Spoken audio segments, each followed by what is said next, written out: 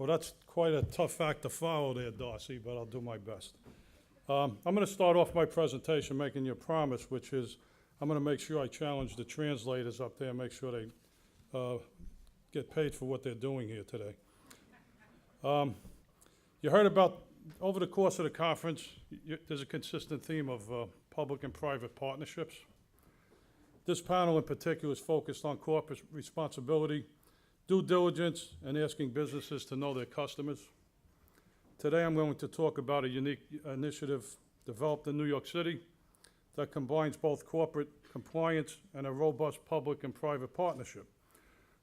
It's important that I describe the challenges that brand holders faced in New York City and how that strategy of holding landlords accountable for their actions of their tenants has been enormously successful.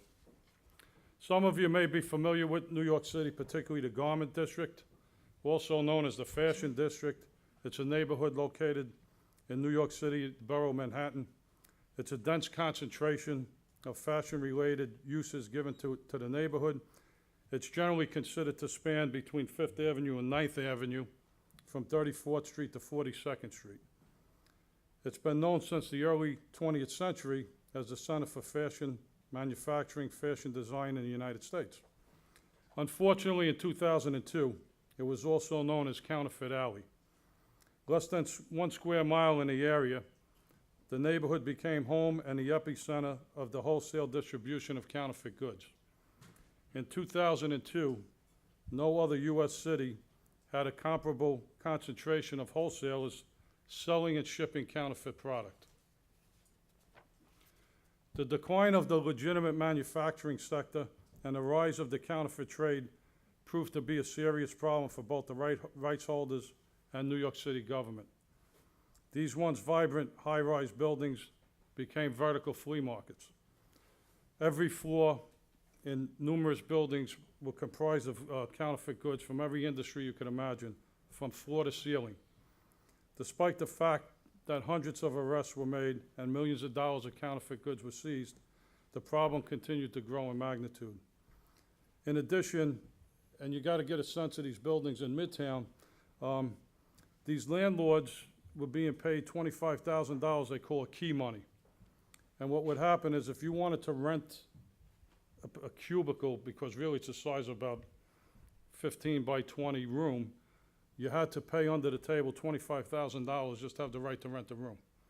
In addition, you paid the rent, and you would see, so each particular cubicle, $25,000 just to rent the room, $3,000 a month in rent, all the counterfeit goods that were being sold from the building, vans coming up from all different parts of the tri-state area to pick up goods to bring them out to flea markets.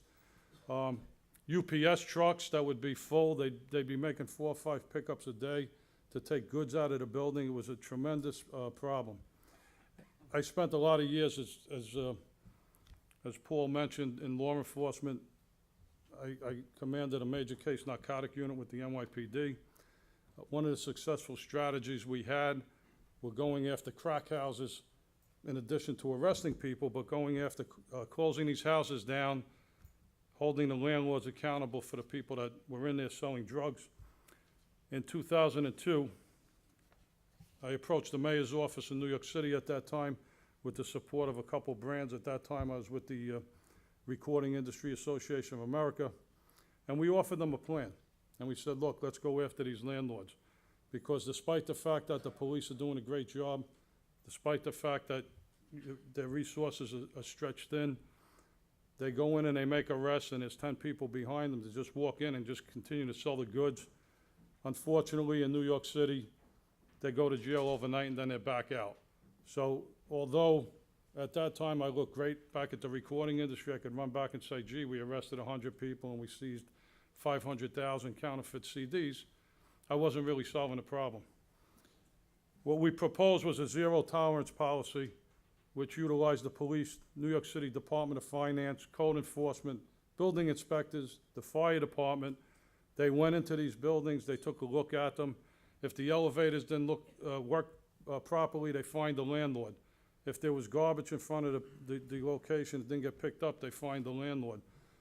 There's also a Chapter 7, which is in the Administrative Code of New York City. It's for nuisance abatement. and it was used for prostitution houses, for drug houses, and in New York City, it's three instances of a violation, so you can combine, if the police go in and they buy a counterfeit product, that's one instance. If there's a code violation, they could use that as an instance, that's two. When they get three, they could literally get a court order and they would get a vacate order to close these buildings. The program really started to evolve in 2003 when they started to raid these buildings. They would do early morning raids. They would literally go in with big yellow construction chutes. I don't have a picture, but that's how much goods were in there because they couldn't carry them out.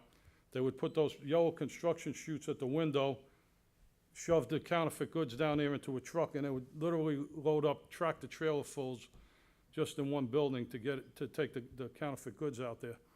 The police would be out there for days on end. That's how much goods were in these buildings at that time. The good news is, it might have been the first or second building. When they went into the building, they raided it, they shut it down, and in one instance, they physically brick and mortared the entrance and the exit so nobody could even go in or out of the building at that point. What they do is they go into court. The city looks to settle these things with stipulated agreements. What they do get from when they settle these are, the city gets the right to unannounced inspections into the building, a review of the tenants list. They ask the landlord to take out a bond, and if they see selling counterfeit goods out of that building again, they forfeit that bond. To date, 37 locations in New York were closed. They're reopened since the settlements. Over $52 million were collected in seized goods, and over $2.5 million in settlements, which the city gets, which were fines to the landlords, which actually pay for the program that the mayor's office has. In addition, we developed in New York, we actually incorporated a task force. When we first started this, I think there were 3 or 4 brands that were supporting recording industry when we put this together.